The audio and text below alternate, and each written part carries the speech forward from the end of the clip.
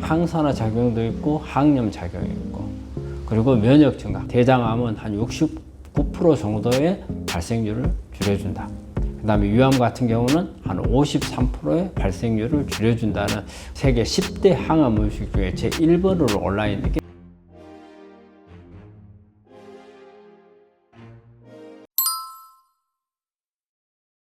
우리 마늘은 항암 음식 중에 제 1번, 세계 10대 항암 음식 중에 제 1번으로 올라있는 게 마늘이죠. 마늘은 첫째 우리가 이렇게 딱 생각할 때 맨 먼저 떠오르는 게 어때요? 강력한 항산화, 그 다음에 면역 올린다, 이렇게 돼 있죠. 그러면 되게 이제 이 안에 있는 성분 중에서 이제 대표적인 게 알리신이라는 게 있어요. 이 알리신은 원래 마늘 속에 알린이라는 성분이 있는데 이게 쪼개거나 어깨에 공기하고 노출이 될 때 알리나제는 효소에서 알리신이 만들어지거든요. 근데 알리신은 우리 암 환자들한테 좋은 게 이게 자체가 강력한 항암 작용을 가지고 있어요.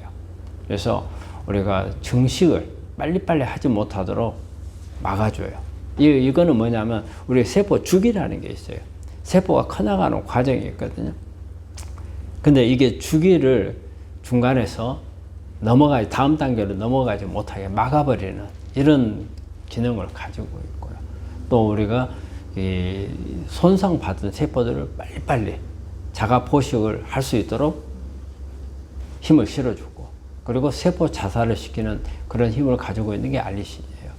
근데 이제 그 외에도 항산화 작용도 있고 항염 작용이 있고, 그리고 면역 증가, 특히 이제 NK세포하고 T세포를 활성화시키는 그런 효과를 가지고 있고, 그래서 이게 특히 우리 이제 대장이나 위암에도 예방하는 효과가 있는데, 통계 자료에 나온 거 보면 대장암은 한 69% 정도의 발생률을 줄여준다. 그 다음에 위암 같은 경우는 한 53%의 발생률을 줄여준다는 그런 자료가 있습니다. 우리 마늘에 대해서 나와 있는 자료는 제가 한번 살펴본 자료에는 2000년 10월 달에 아메리칸 저널 클리니컬 뉴트리션이라는 저널에 나온 자료가 하나 있어요. 여기에 보면 대장암, 그 다음에 위암의 역학 분석을 해놓은 거거든요. 이 저널의 목적은 마늘 섭취를 했을 때 위암이나 결장암, 그 다음에 두경부암, 폐암, 유방암, 전립선암, 여기에 발생할 수 있는 위험도를 얼마만큼 줄일 수 있는가, 여기에 대한 메타 분석을 해놓은 그런 논문이거든요.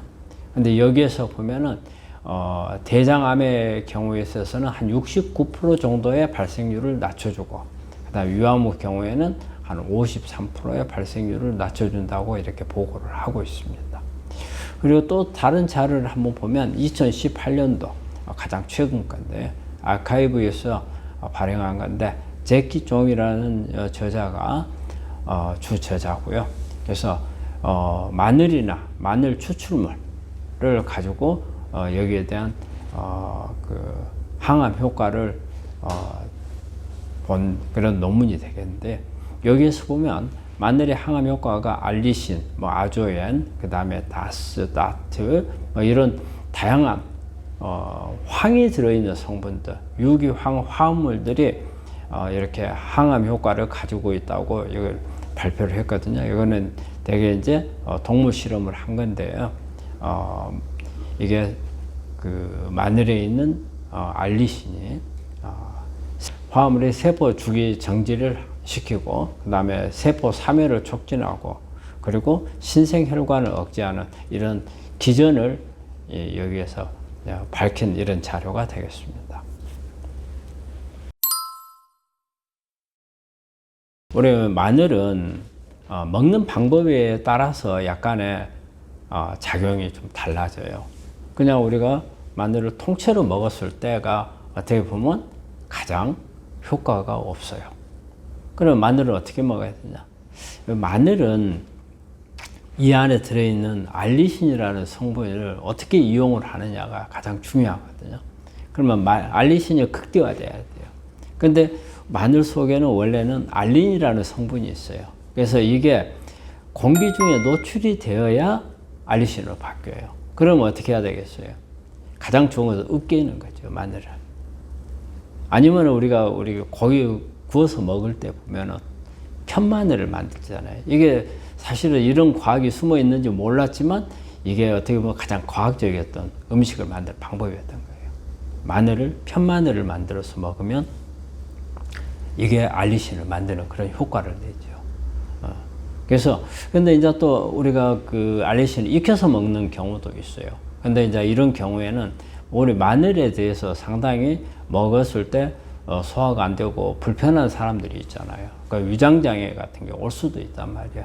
이럴 경우에는 익혀서 먹는데, 익혀서 먹을 때도 알리신을 높일 수 있는 방법은 통마늘보다는 일단 편마늘을 만들어 가지고 익히면은 그런 어떤 거북함 이런 부분도 없애고 알리신도 효과를 충분하게 알리신에 대한 효과를 얻을 수가 있어요. 그리고 또 우리가 마늘을 어때요? 딱 그거 마늘만 먹는 것보다도 여러 가지 요리에다가 마늘을 섞어 가지고 먹으면 훨씬 더 도움이 되겠죠. 우리가 특히 반찬 같은데 만들 때 보면 알리신 마늘이 많이 들어가잖아요. 그래서 요리할 때 조금씩 같이 섞어 갖고 이런 방법도 좋겠고, 일단은 많이 먹을 수 있다면 항암 효과를 높일 수 있는 거니까요. 마늘을 섭취할 때 가장 주의해야 되는 부분은 어떻게 보면은 소화기계통 어떤 증상 때문이라고 봐야 될 거예요. 마늘이 특히 이제 알리신 성분이 아주 강한 그런 자극성 있는 이런 부분들이기 때문에 잘못하면 위장에 위험을 일으키거나 아니면 심하면 위궤양 같은 것도 일으킬 수가 있거든요.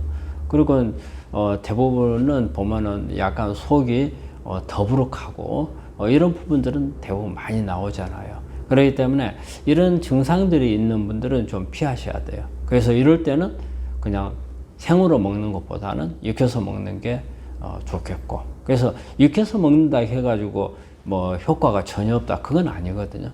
그래서 방금도 이야기했지만 익혀서 먹을 때 통으로 하는 것보다는 편마늘을 내가지고 익히면 조금 더 도움이 될 수가 있고요. 그리고 또 주의해야 되는 게, 우리가 환자분들이 이런 음식들을 먹을 때 되게 이제 항산화 음식이라 해가지고서 아주 암에 좋다 이렇게 해서 많이 먹잖아요. 그런데 이걸 한번 생각해 보실 필요가 있어요. 항산화 물질이 많은 것을 너무 많이 먹으면 우리 몸 안에서 만들어지는 산화물 이런 부분들을 제거를 할 수가 있지만, 한편으로는 우리가 면역세포가 암세포를 죽일 때 산화물을 가지고 죽인다는 걸 생각을 하셔야 돼요. 그런데 이렇게 항산화 물질을 너무 많이 쓰게 되면 어때요? 우리 면역세포의 기능도 떨어질 수 있다는 걸 생각을 하셔야 돼요. 그래서 적당히 먹는 게 중요하죠. 너무 과하게 먹는 것은 중요하지 않고요. 그 다음에 또 우리가 마늘은 한 가지 항응고작용이 있어요. 그래서 항암 같은 걸 할 경우라든지 수술할 경우에는 마늘을 조금 자제할 필요도 있어요. 특히 이제 항암할 경우에는 항암을 여러 차례 하다 보면은 우리가 혈소판이 떨어져요. 그러면 지혈이 잘 안 되는 그런 경우가 발생을 하거든요. 이럴 때 마늘을 먹게 되면 지혈이 더 안 되게끔 할 수 있는 그런 부분들이 있어요.